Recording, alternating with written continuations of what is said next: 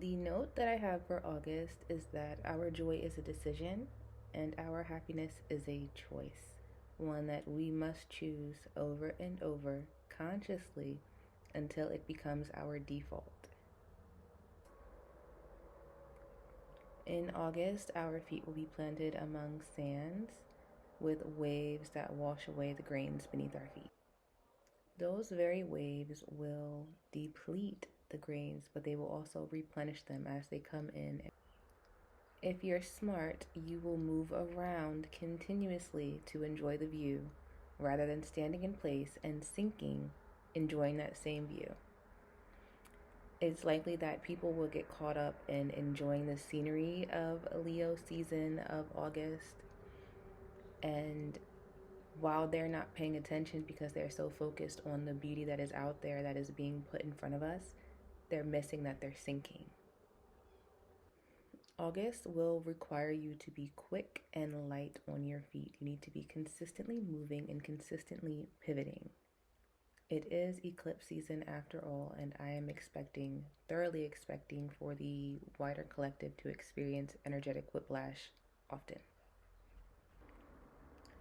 On a personal level, it feels like we've just come out of Gemini season, and I've been talking about the misalignment of the physical and immaterial realms and how, Saturn messed with time and all that stuff. It genuinely feels like we have just left Gemini season and we are entering into Cancer season, so I believe that August will feel very Cancerian in nature. Due to the misalignment of the physical and immaterial realms, what's going to happen is these portal events will allow for rapid acceleration to occur so that the physical and immaterial realms can once again be aligned.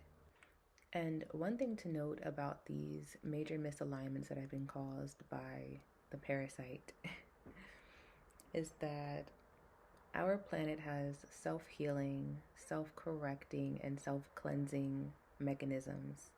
And those gears have been shifting very slowly, but eventually it's just gonna turn the whole knob. And I do think that those capabilities, those abilities of our planet will come more into focus and become much more apparent to everyone.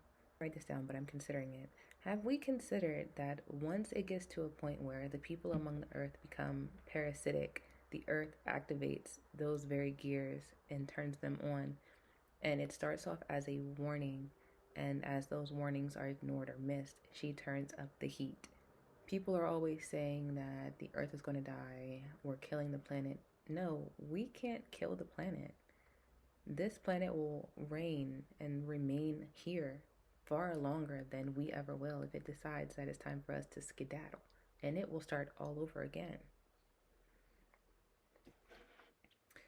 Now, I'm not an astrologer, but some important events to note for August is that on the 11th, we have Mars going into Cancer, which is a very aggravating transit. I think that people who have this natally are low-key kind of aggy. Mars in Cancer is very annoying. It is very annoying. It's very whiny, very passive aggressive, very Karen. Karen energy is very Mars in Cancer.